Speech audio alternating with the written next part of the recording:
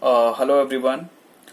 Uh, the last essay that we are left with is Gayatri Chakravarti Spivak's Can the Subaltern Speak? Uh, the essay that we have in our syllabus is actually some excerpts from the original essay. It's not the entire essay that we have in our syllabus.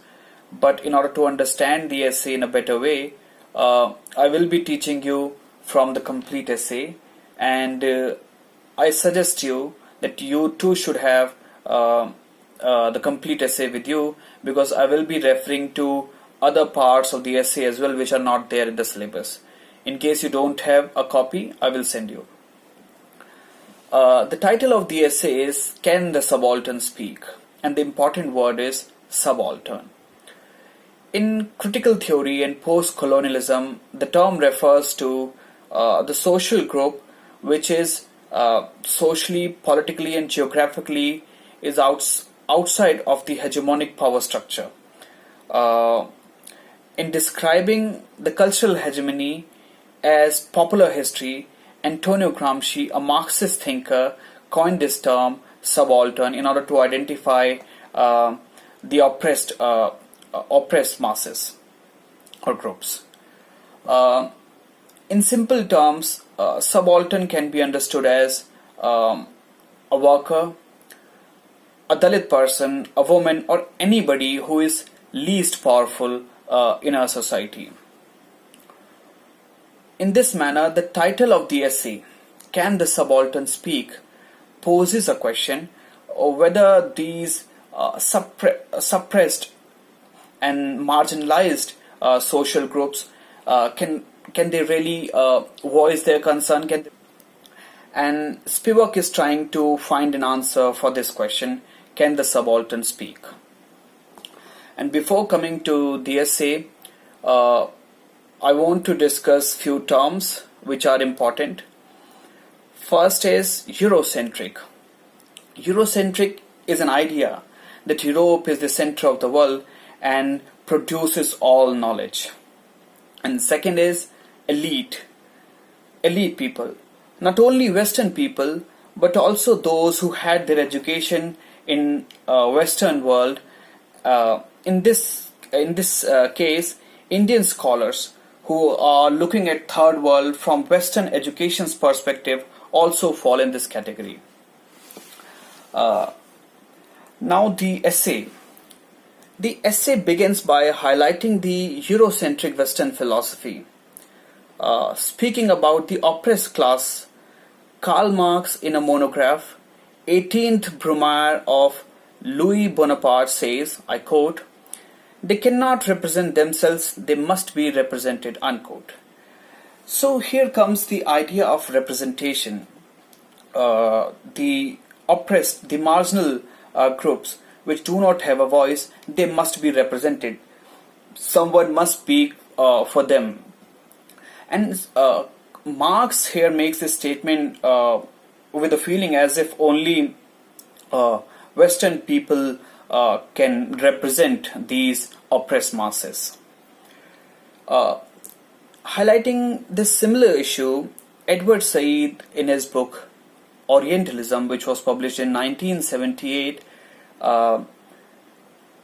discusses that in order to materialize their project of colonialism, the West also represented East in a particular manner. They constructed a specific image of the East, and this was done through epistemological domination. And this epistemological domination means the documented knowledge. West is writing books about Eastern people. For example, the very first history about India was written by Britishers.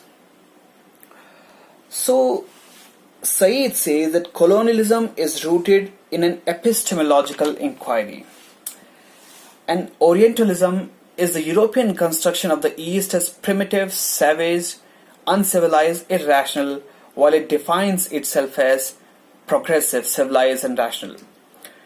This idea of self versus other is something that form is the crux of post-colonial theory.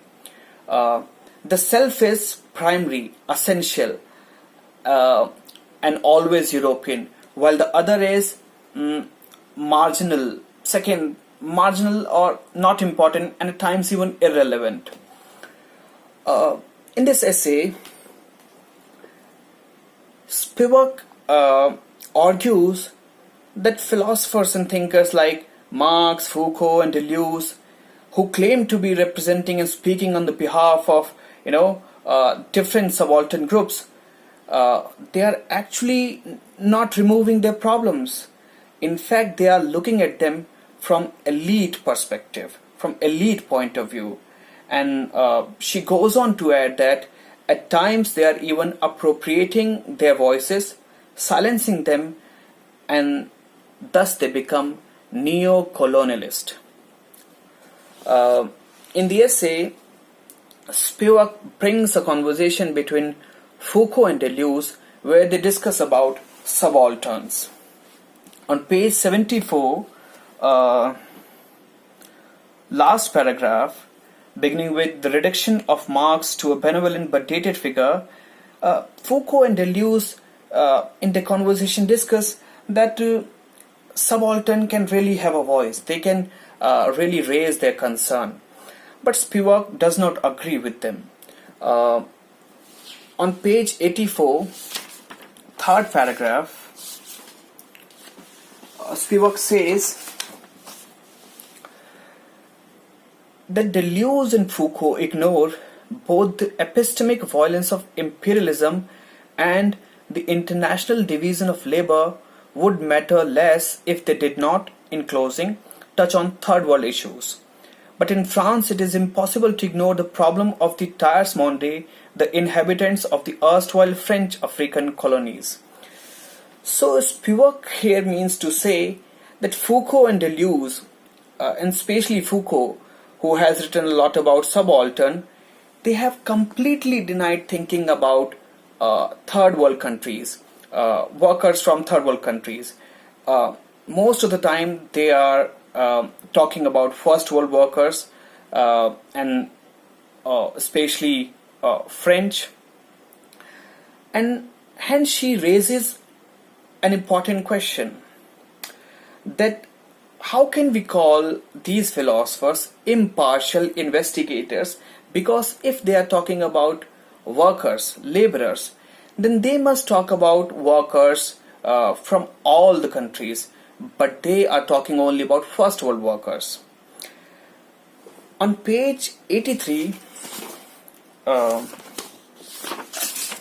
in the second paragraph, Spivak says, she writes that the contemporary international division of labor is a displacement of the divided field of 19th century territorial imperialism. This is a very important statement.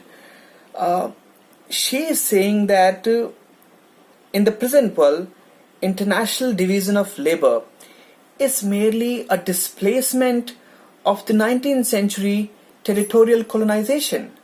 So she is saying that in the present world, the economic exploitation which is taking place in the present world has replaced the earlier territorial colonization. In 19th century, it was evident that the third world countries and other parts of the world were colonized by the European nations.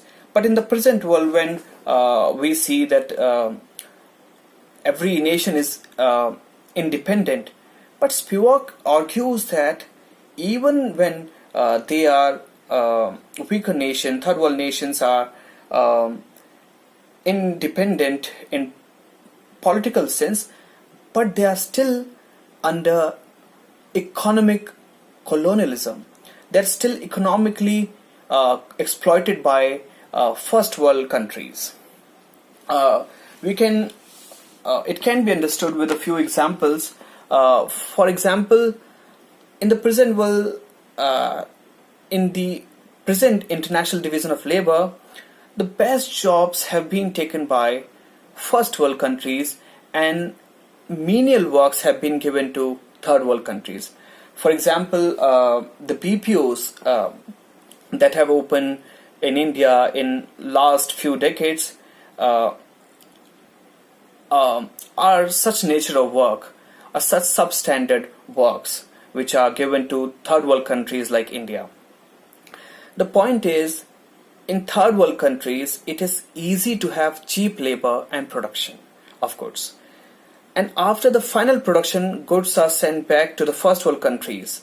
And she explained this on page 83, paragraph, in the second paragraph.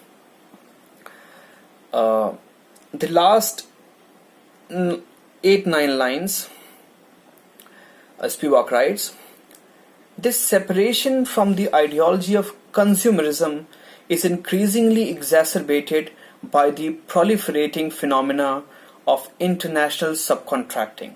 She explains this phenomena of international subcontracting. She writes, under this strategy, manufacturers based in developed countries subcontract the most labor-intensive stages of production, for example, sewing or assembly, to the third world nations where labor is cheap. Once assembled, the multinational reimports the goods under generous tariff exemptions to the developed country instead of selling them to the local market. So Spivak is saying first world countries are still economically exploiting third world nations. The point is, first world countries easily find cheap labor in third world nations, and mostly they don't even provide essential medical services to third world countries workers. For example, Bhopal gas incident in India, where thousands of people died. The owners of the company didn't have to pay much here, but supposedly this happened in in US or any other first world country, they would have lost trillions of dollars in giving compensation. But here in India and third world countries, these first world countries are having huge profit, and they are easily flourishing in third world countries. And third world countries are also like sweatshops for first world countries, because by the time first world country people wake up, their work is done, because our clock time is such that which helps first world countries. Therefore, first world country throw all their dirty work at third world countries. And furthermore, third world countries, apart from the manufacturer for third world countries, apart from being the manufacturer for first world countries, are also dumping places for first world countries. Different kinds of waste, including e-waste, are dumped in third world countries. For example, asbestos sheets, which cause cancer and many other deadly diseases, have been shifted in India as a dumping place. And simply because Deleuze and Foucault ignored these important issues, therefore Spivak attacks them. On page 74,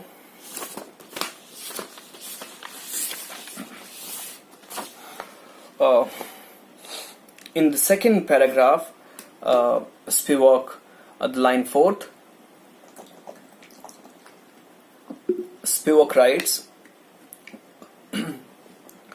the relationship between global capitalism, exploitation in economics, and nation-state alliances, domination in geopolitics, is so macrological that it cannot account for the micrological texture of power.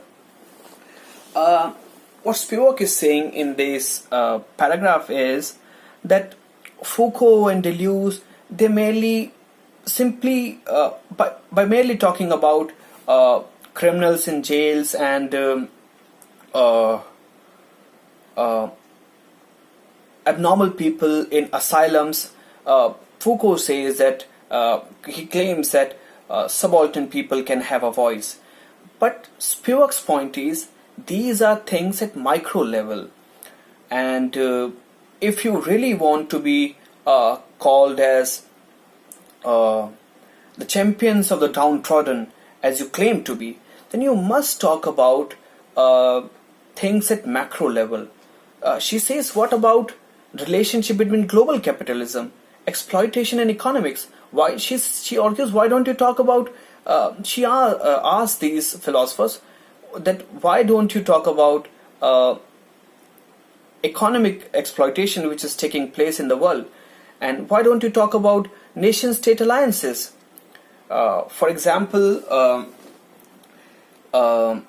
if India makes a deal with a foreign country, a first world country, and which has some mutual benefit, and some native people lose their natural habitat, then these people also become subalterns, and they can't have a voice in the world of nation states, the powerful nation states, because if they are going to register their protest, they are going to be mercilessly suppressed by state machinery. So Spivak says this nation-state alliances, Foucault and Deleuze, they don't talk about such alliances because it has some benefit for first world countries as well. In a way, they are complicit in that project.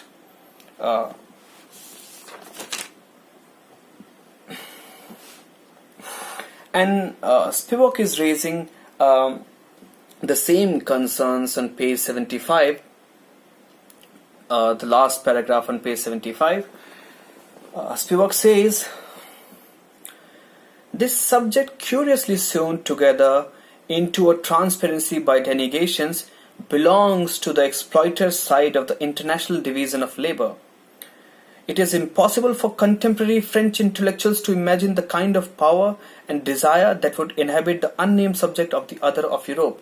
So she is saying that in the name of speaking for the subaltern, at times these seemingly benevolent and radical Western intellectuals are appropriating the voices of the subaltern because they are complicit in the project of this great economic exploitation.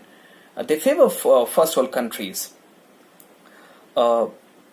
Towards the end of this, in the next line she says, it is not only that everything they read, critical or uncritical, is caught within the debate of the production of that other, supporting or critiquing the constitution of the subject as Europe. It is also that in the constitution of the other of Europe, great care was taken to obliterate the textual ingredients with which such a subject could occupy its itinerary, not only by ideological and scientific production, but also by the institution of the law.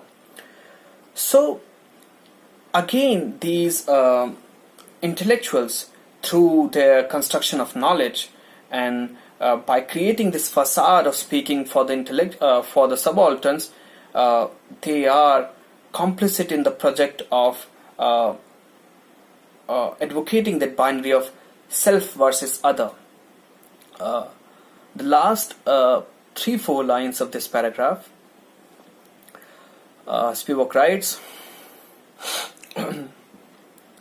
in the face of the possibility that the intellectual is complicit in the persistent constitution of other as the self-shadow, a possibility of political practice for the intellectual would be to put the economic under eraser, to see the economic factors irreducibly as it reinscribes the social text, even as it is erased, however imperfectly, when it claims to be the final determinant or the transcendental signified.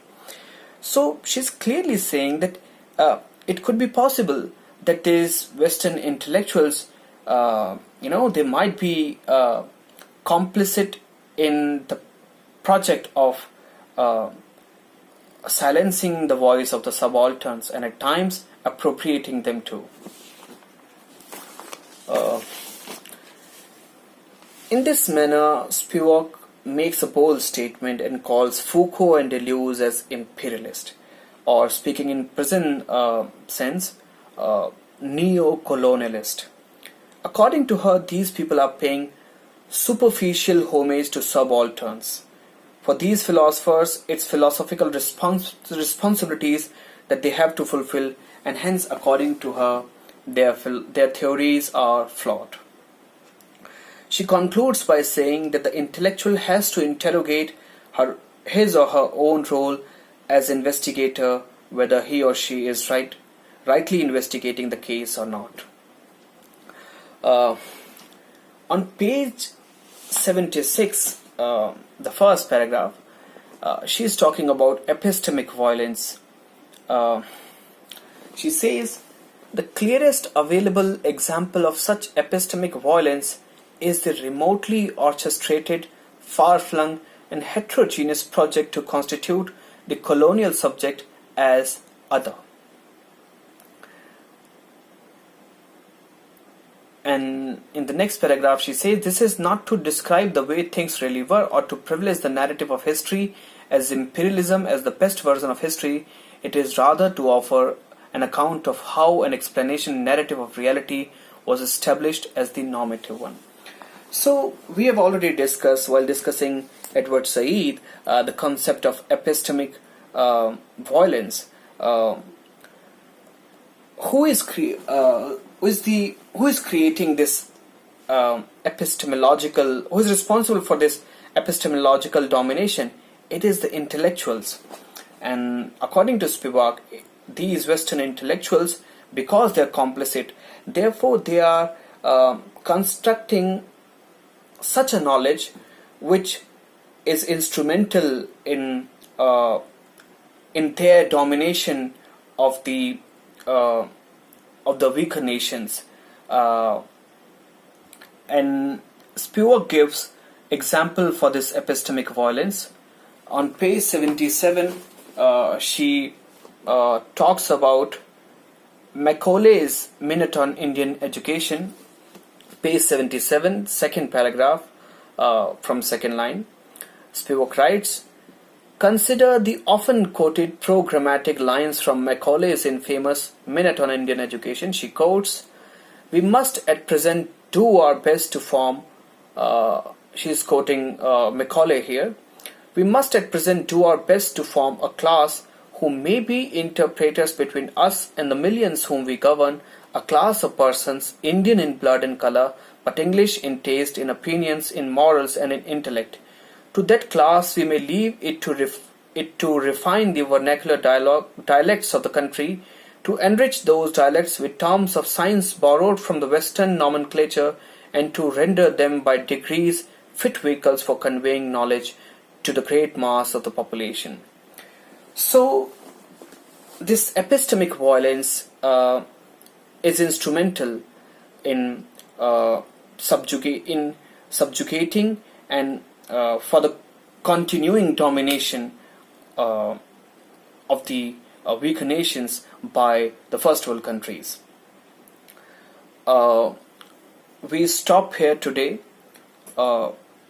and most probably in the next lecture we will finish this essay, and if you have any query, you have my contact number. You can ask me, you can send your questions, I will reply. Okay, see you in the next video.